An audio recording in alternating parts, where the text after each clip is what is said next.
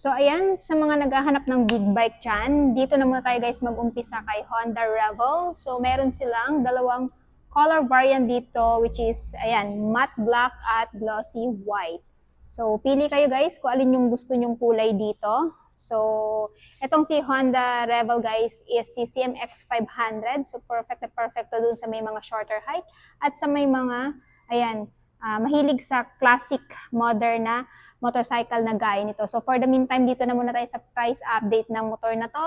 And if ever interested kayo, spot cash nito dito sa Honda Big Bike is 399,000 pesos. Pero kung gusto nyo ng installment, down payment is 99,750.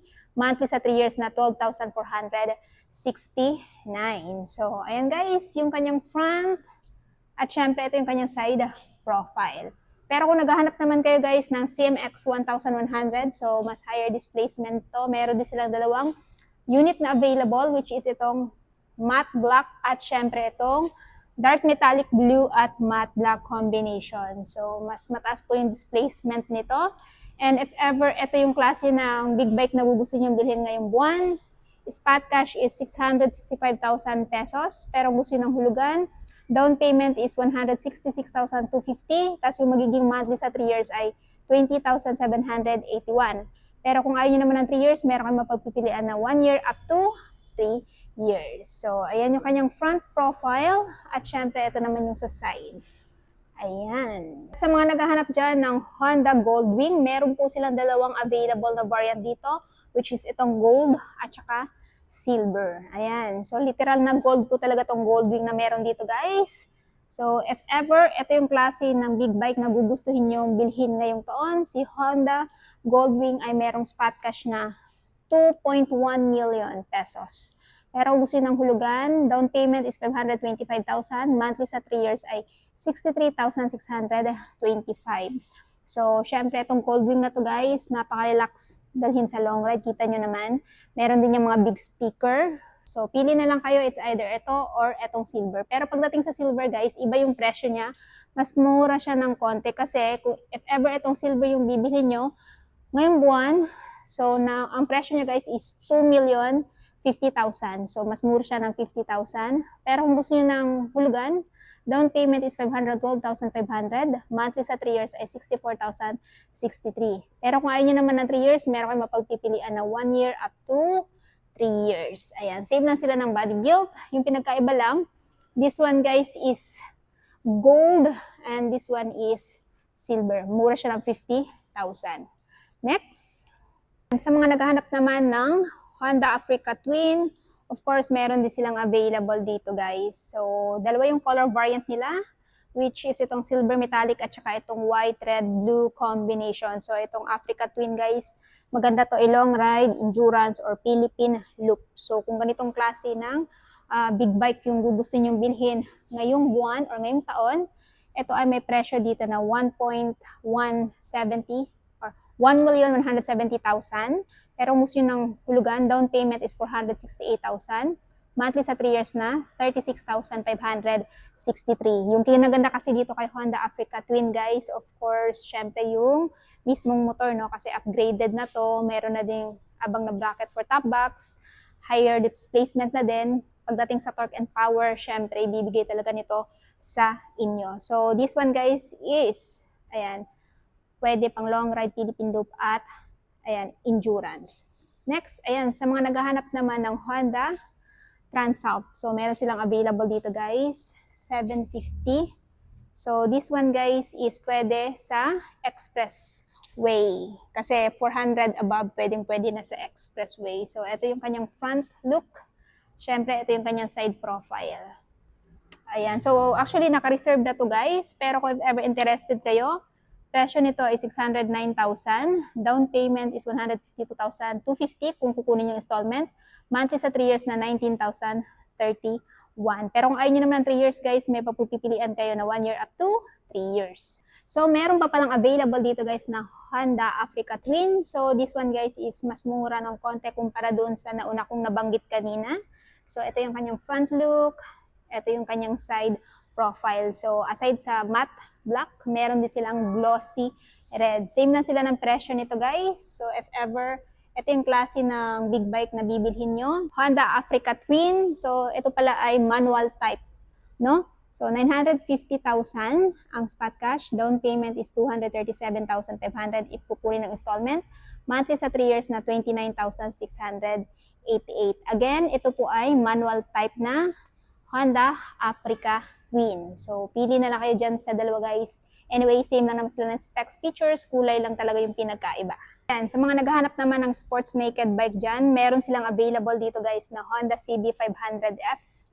So, perfect na perfect to sa mga lady rider na hindi masyado katangkaran or doon sa may mga shorter height kasi mababa lang naman tong si Honda CB500F. Sports naked bike, maganda din to gamitin. Pang forma, pang long ride kasi hindi naman siya masyadong ngawit kasi nga, ayan, naka-upright kayo dito. Tapos naka 2-cylinder na din, dual disc brake sa front, sa likod, of course. Syempre, ayan, naka-single disc. So, if ever, kukunin nyo si CB500F, spot cash nito is 379,000 pesos. Down payment is 94,750. Monthly sa 3 years ay 11,844.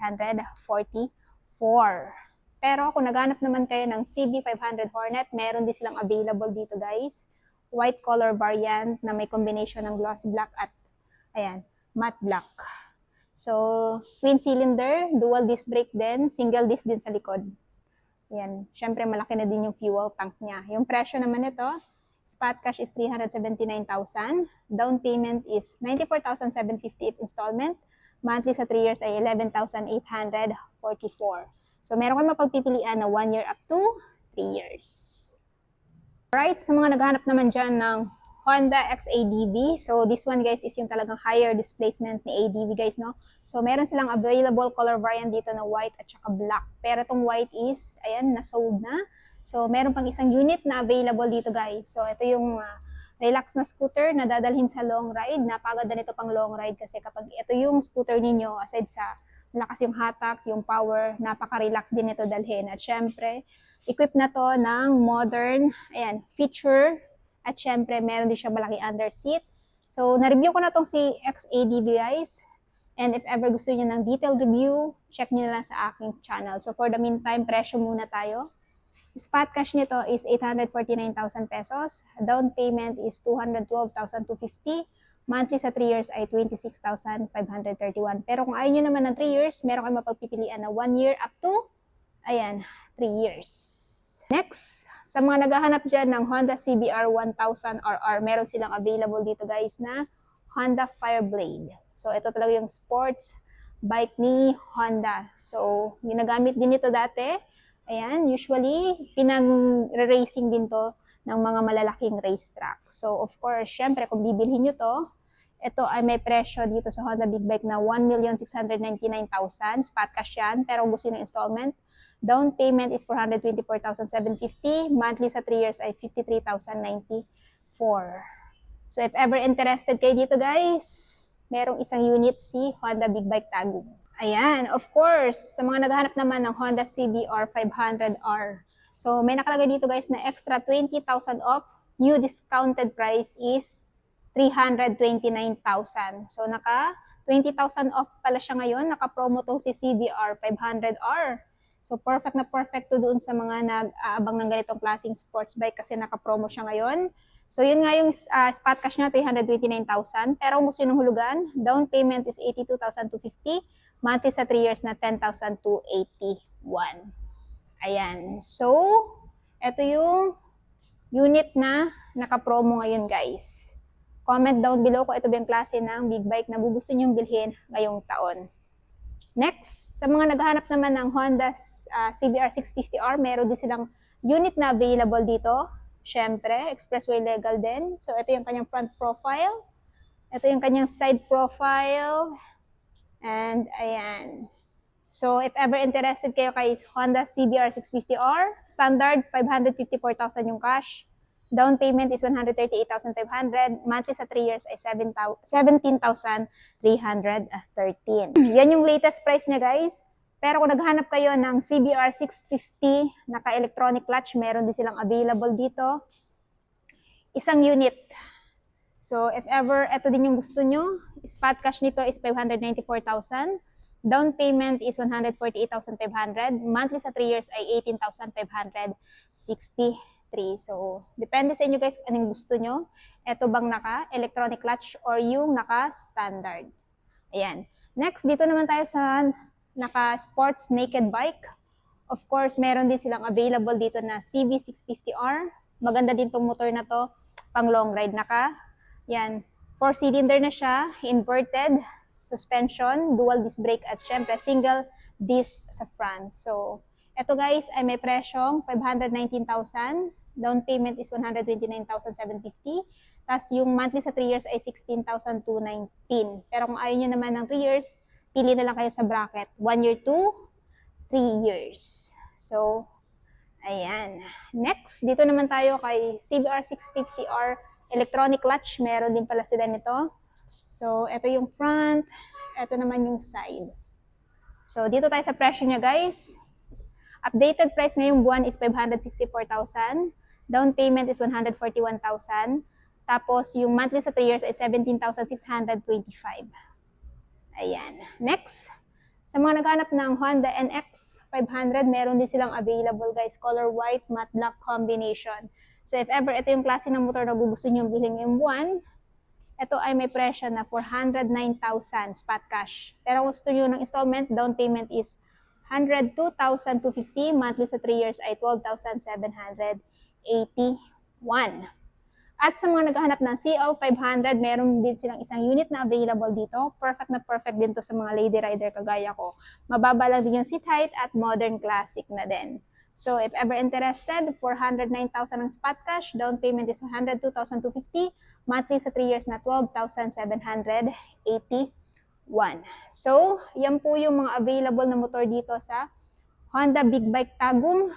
So if ever interested kayo guys, ilalagay ko na lamang yung full address dyan sa description box para mas makapag-inquire kayo regarding sa mga motor ni Honda Big Bike. So ayun na guys, natapos na nga natin ikutan yung mga big bike ni Honda, Big Bike Tagum. Ano yung masasabi nyo sa mga presyo ng mga big bike nila? Sulit pa ba sila this year 2026? At alin sa big bike na napakita ko sa video ito yung natitipuhan yung bilhin? Paki-comment naman sa baba.